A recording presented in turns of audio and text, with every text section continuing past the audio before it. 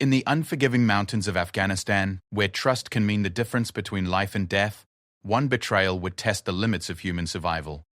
What happens when the very people sworn to protect you become your greatest threat? When military protocols crumble under the weight of corruption, and a single woman must choose between following orders and staying alive? This is the story of Sarah Mitchell, a communications specialist, whose discovery of illegal arms dealing within her own unit led to the ultimate betrayal. Left to die in hostile territory with nothing but her training and determination, she would emerge from the darkness carrying secrets that could destroy careers and end lives. But survival was only the beginning. What she brought back with her would shake the foundations of military justice and prove that sometimes the dead tell the most dangerous truths of all. The morning sun cast long shadows across the Afghan mountainside as communications specialist Sarah Mitchell adjusted her radio equipment for the third time in 10 minutes. Something felt wrong about this mission, though she couldn't put her finger on what exactly was bothering her. The 6-man SEAL team she'd been assigned to support had been unusually quiet during the briefing, exchanging glances that seemed to carry weight she wasn't privy to. Sarah had been in country for 8 months, long enough to develop an instinct for when operations didn't smell right. This reconnaissance mission to gather intelligence on Taliban weapon caches should have been routine, but the team leader, Chief Petty Officer Marcus Webb, had insisted on taking a route that deviated significantly from their planned path. When she questioned it during the pre-mission brief, Webb had shut her down with a cold stare and a reminder about following orders. Now, 3 hours into their patrol through the rugged terrain near the Pakistan border, Sarah found herself increasingly isolated from the team's communications. The SEALs were using hand signals more than radio chatter, which wasn't unusual, but they seemed to be deliberately excluding her from their silent conversations. Her role was supposed to be maintaining contact with base and coordinating any necessary support. Yet every time she tried to check in with headquarters, Webb would signal for radio silence. The landscape around them was treacherous, with steep rocky outcrops and narrow valleys that could hide an entire enemy force. Sarah kept her weapon ready while monitoring multiple radio frequencies, but the usual Taliban chatter was mysteriously absent from the airwaves. In her experience, this level of radio silence from enemy forces usually meant one of two things. Either they were planning something big, or they already knew the American forces were coming. As they crested a ridge overlooking a small village, Webb finally called for a halt. He gathered his team around a cluster of rocks, leaving Sarah to maintain overwatch from a position about 50 meters away. She could see them huddled together, occasionally glancing in her direction, but their voices were too low to carry over the wind. Through her binoculars, she watched as one of the SEALs, Petty Officer First Class Rodriguez, pulled out what looked like a satellite phone, equipment that hadn't been part of their mission loadout.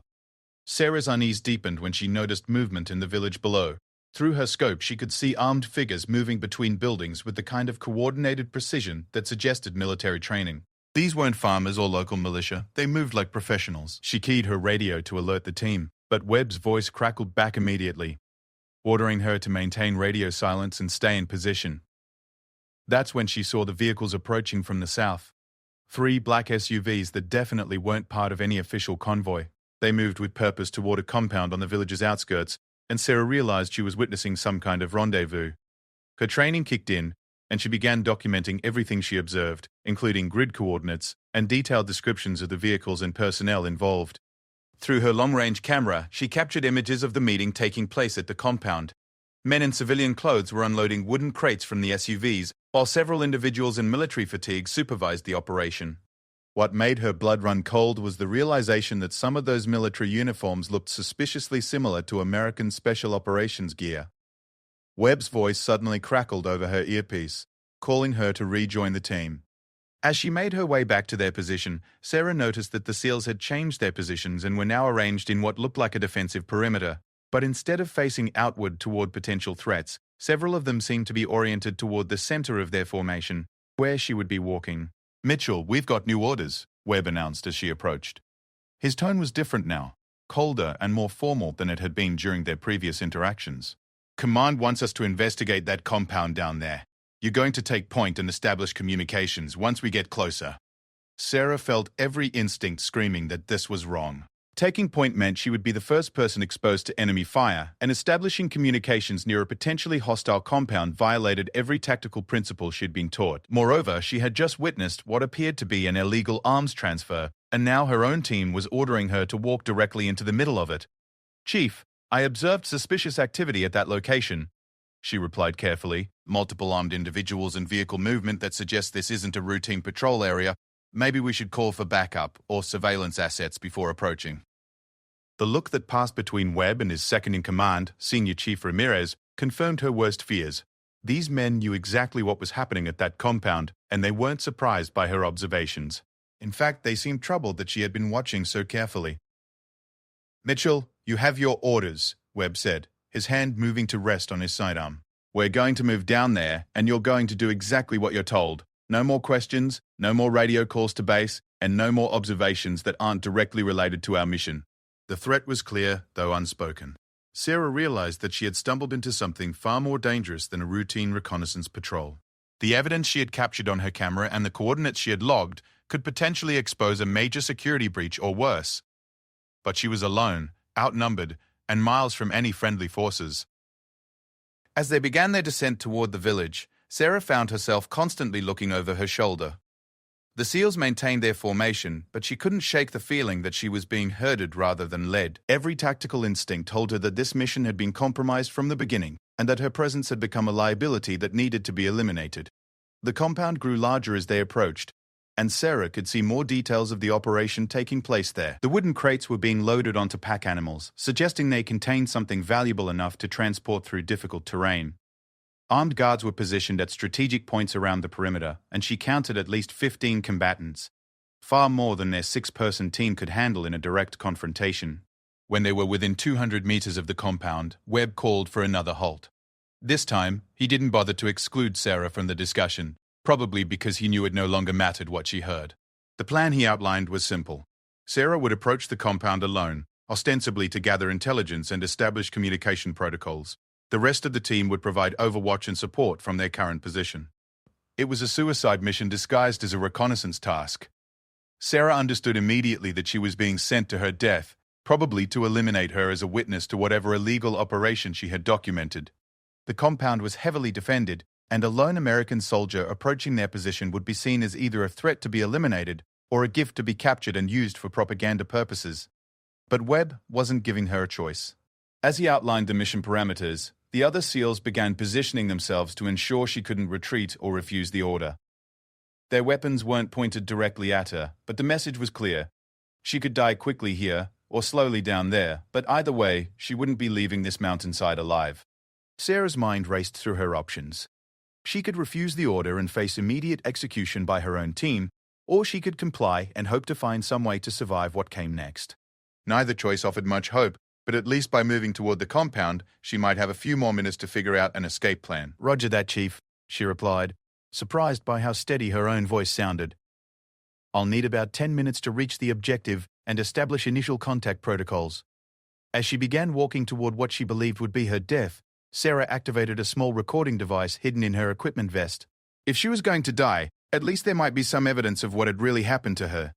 She also began transmitting her location coordinates on an emergency frequency, hoping that someone, somewhere, might be monitoring and could piece together the truth after she was gone.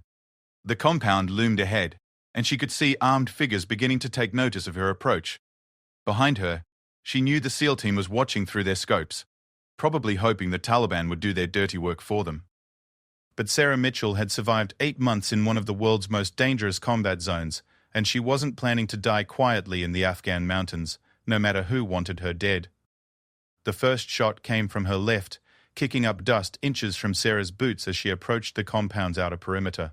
She dove behind a low stone wall, her heart hammering as she realized the Taliban fighters were using her as target practice rather than trying to kill her immediately. They wanted to capture her alive, which meant she had bought herself some time, but at a terrible cost. Through the chaos of gunfire and shouting voices, Sarah could hear the distinctive crack of American weapons firing from the ridge behind her. For a moment, hope flared in her chest. Maybe the SEAL team was actually providing cover fire, as promised. But as she listened more carefully, she realized the truth was far worse. They were shooting, but not at the Taliban fighters surrounding her. They were systematically destroying her radio equipment and any chance she had of calling for help. The Taliban fighters seemed confused by the mixed signals they were receiving. Some continued firing in Sarah's direction, while others were looking back toward the ridge where muzzle flashes indicated ongoing combat. Sarah realized that Webb's plan was more sophisticated than she had initially thought. By creating the appearance of a firefight, he could report that their communications specialist had been killed in action, while the rest of the team barely escaped. It would be a clean cover story that no one would question. But Sarah had advantages that Webb hadn't counted on. Her 8 months in country had taught her more than just radio protocols and communication procedures. She had learned to think like the enemy, to use the terrain to her advantage, and to survive in situations where the odds were stacked against her. Most importantly, she had learned never to trust anyone completely, including her own team members. During her approach to the compound, she had noticed a dried-up creek bed that ran along the northern edge of the Taliban position. It was partially concealed by overgrown vegetation and could provide cover for someone small enough to crawl through it. The Taliban fighters were focused on the ridge where the American weapons fire was coming from, giving her a narrow window to make her move. Sarah Lowe crawled toward the creek bed, using every piece of cover available to mask her movement. Behind her, the firefight continued, but she noticed that the American weapons fire was becoming less frequent. Either the SEALs were running low on ammunition, or they were confident that the Taliban would finish the job they had started. Either way, she knew she had very little time before her absence was noticed. The creek bed was deeper than it had appeared from a distance, providing better concealment than she had hoped. Sarah began working her way north, away from both the compound and the ridge where her former teammates were positioned. Every few meters, she stopped to listen for signs of pursuit, but the ongoing firefight seemed to be masking her escape. As she moved through the creek bed, Sarah's mind was already working on the larger problem of survival. She was alone in hostile territory with limited supplies, no communication equipment, and no support from friendly forces. The nearest American base was at least 40 kilometers away through some of the most dangerous terrain in Afghanistan. But more immediately, she needed to put distance between herself and the current situation before someone realized she was missing. The creek bed eventually led to a larger wadi that provided cover for several kilometers toward the northeast. Sarah knew that direction would take her further from friendly forces, but it would also take her away from the areas where the Taliban would expect her to flee. Sometimes the best strategy was to do the unexpected, even if it made your situation more difficult in the short term.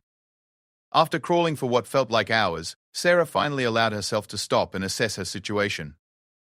She had managed to salvage her sidearm, a small amount of ammunition, basic medical supplies, and her camera with the evidence she had collected.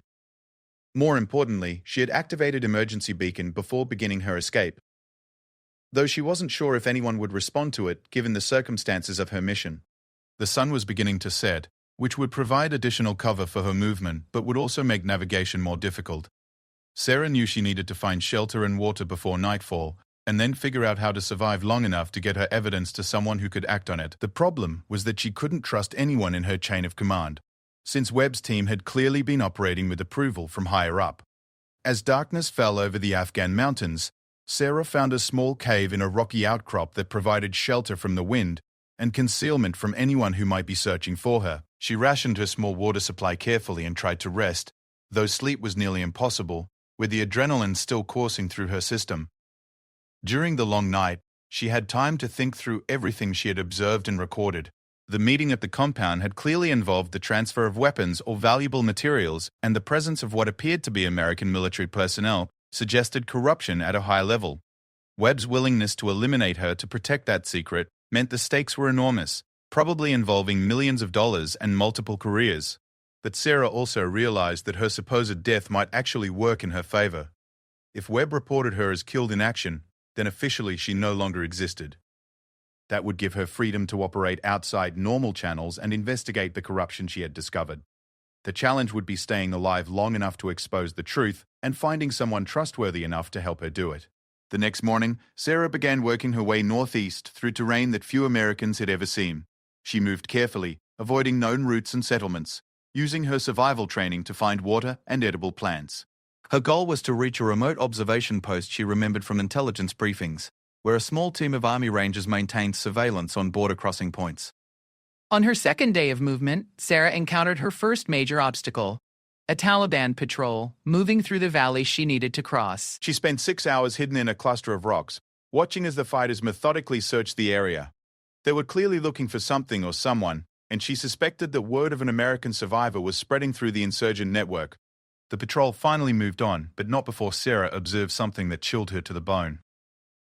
One of the Taliban fighters was carrying an American military radio, and she could hear him communicating with someone in accented but clear English. The conversation was brief and coded, but she caught enough to understand that they were coordinating their search with someone who had detailed knowledge of American operational procedures. This confirmed her worst fears about the scope of the corruption she had discovered. The arms-dealing operation wasn't just about selling weapons to insurgents, it involved active collaboration with Taliban forces and the sharing of intelligence that put American lives at risk. Webb and his team weren't just criminals, they were traitors whose actions were directly contributing to American casualties. That night, Sarah made a difficult decision. Instead of trying to reach friendly forces immediately, she would continue documenting the corruption network she had stumbled into. Her unique position, officially dead but actually alive, gave her opportunities to gather intelligence that no official investigation could match. But it also meant accepting that she might not survive to see justice done. Over the following days, Sarah began tracking the movement patterns of the Taliban patrols and the vehicles she had observed at the compound. She discovered that the operation was larger and more sophisticated than she had initially realized, involving multiple pickup points and a network of collaborators that extended far beyond Webb's SEAL team. Using her camera and notes, she began building a comprehensive picture of the entire network. On her 5th day in the wilderness, Sarah finally made contact with the outside world. Using a salvage radio component and improvised antenna, she managed to establish brief communication with a military satellite. But instead of calling for immediate rescue, she transmitted a coded message to a contact she trusted, a military intelligence officer she had worked with during her previous deployment. The message was simple. Sarah Mitchell was alive. She had evidence of major corruption involving American military personnel, and she needed extraction by someone outside the normal chain of command.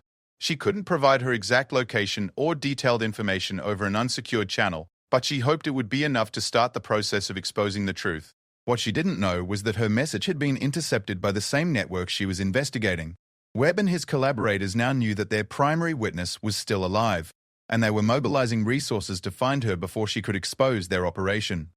The hunt for Sarah Mitchell was about to become much more intense, and the stakes had just gotten higher for everyone involved. As Sarah prepared for another night in the mountains, she realized that her survival had become about more than just staying alive. She was now the only person who could expose a corruption network that was betraying American service members and prolonging the war in Afghanistan. The evidence she carried could save countless lives, but only if she could stay alive long enough to deliver it to someone who would act on it. The game of cat and mouse that would determine the fate of multiple military careers and potentially change the course of the war was just beginning, and Sarah Mitchell, communications specialist turned fugitive, was the only player who truly understood what was at stake. The helicopter appeared on the horizon just after dawn on Sarah's 7th day in the mountains, its distinctive sound echoing off the rocky walls of the valley where she had taken shelter. But instead of feeling relief, she felt a chill of recognition. The aircraft was flying a search pattern that suggested the crew knew approximately where to look, and given what she had learned about the corruption network, she couldn't assume it was a friendly rescue mission. Sarah pressed herself deeper into the cave she had discovered the night before, watching through a crack in the rocks as the helicopter made systematic passes overhead. Through her binoculars, she could see that it was an American Black Hawk, but that didn't necessarily mean safety. Webb and his collaborators had resources and connections that extended far beyond their immediate team, and they had already demonstrated their willingness to eliminate threats to their operation. As the helicopter moved away toward the south, Sarah made a decision that would have seemed impossible a week earlier. She was going to infiltrate the arms-dealing operation herself, gather enough evidence to expose the entire network, and then find a way to deliver that information to someone who could act on it. It was a plan that bordered on suicide, but her unique position as someone officially dead gave her advantages that no sanctioned investigation could match. Over the next 2 days, Sarah carefully worked her way back toward the area where she had first observed the weapons transfer.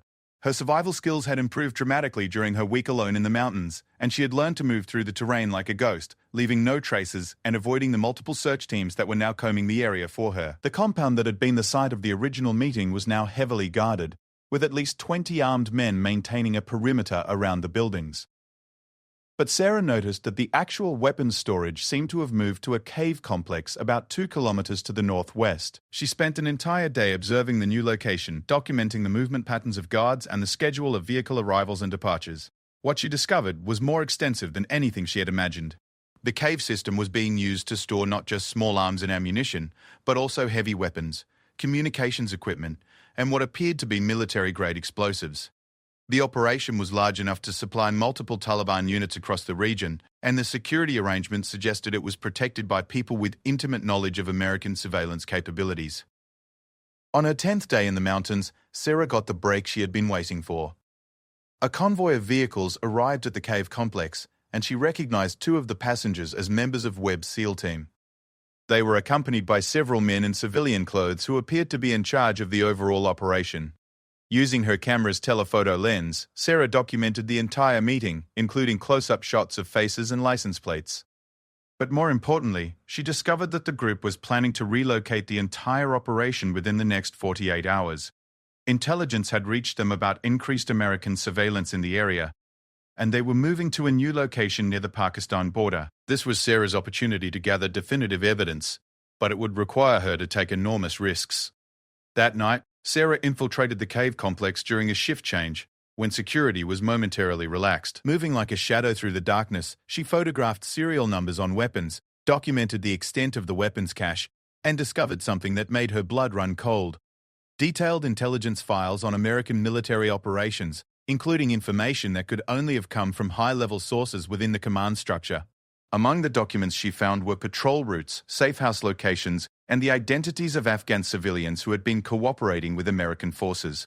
This wasn't just about illegal arms sales, it was about systematic betrayal that was getting American soldiers and Afghan allies killed. The scope of the treason was so extensive that Sarah realized it might reach all the way to senior command levels. As she prepared to leave the cave system, Sarah heard voices approaching. She had been inside longer than planned, and the guards were returning from their break. With no time to reach her original exit route, she was forced to hide deeper in the cave system, where she made a discovery that changed everything. In the deepest part of the complex, Sarah found a makeshift prison where 3 American soldiers were being held captive. They were members of a patrol that had been reported as missing in action 2 weeks earlier, but instead of being killed or turned over to Taliban commanders, they were being held by the corruption network for reasons Sarah didn't immediately understand. The senior prisoner, a staff sergeant named Martinez, was able to provide crucial information during the few minutes Sarah could safely communicate with him.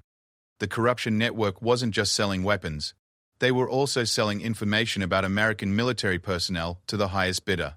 Some soldiers were being captured alive and held for ransom or prisoner exchanges, while others were being eliminated to protect the network's activities. Martinez also revealed that the network included personnel from multiple branches of the military, as well as civilian contractors and even some Afghan government officials.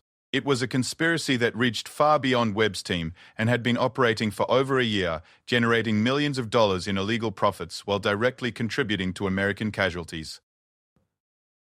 Sarah knew she couldn't rescue the prisoners without compromising her ability to expose the larger conspiracy, but she promised Martinez that she would return with help. She also gave him a small tracking device that would allow rescue forces to locate them once the investigation was underway. Getting out of the cave complex proved to be more challenging than getting in, as security had been increased following reports of unusual activity in the area. Sarah was forced to wait until nearly dawn before she could slip away, and she knew that her presence would be discovered soon after the guards conducted their next thorough inspection. With less than 24 hours before the weapons cache was moved to its new location, Sarah activated her emergency beacon and transmitted a detailed message to her intelligence contact. She provided coordinates for both the cave complex and the new location, along with a summary of the evidence she had gathered and the identities of the American prisoners being held captive. The response came faster than she had expected. Instead of a rescue team, Sarah was contacted directly by Colonel James Harrison, a senior military intelligence officer who had been conducting his own investigation into the corruption allegations. Harrison had received Sarah's earlier message and had been trying to verify her claims through official channels, but the extent of the network's penetration made traditional investigative approaches impossible. Harrison's message was brief but clear. Sarah needed to extract herself from the area immediately, as a joint operation was being planned to shut down the entire network. He provided coordinates for extraction point, where she would be met by a team of investigators who were guaranteed to be clean. But more importantly, he informed her that the evidence she had gathered was being corroborated by other sources and that arrests were already being planned. As Sarah began making her way toward the extraction point, she reflected on the 3 weeks that had transformed her from a communication specialist into a fugitive investigator. The experience had tested every aspect of her training and had forced her to develop skills she never thought she would need. But more importantly, It had shown her the importance of standing up for what was right, even when the cost was potentially her own life. The extraction went smoothly, with Harrison's team meeting her at the designated coordinates exactly as promised. As she was debriefed by investigators who had been brought in from outside the normal command structure, Sarah learned the full extent of the corruption network she had exposed. Her evidence had provided the missing pieces that allowed investigators to understand how the conspiracy operated and who was involved at each level.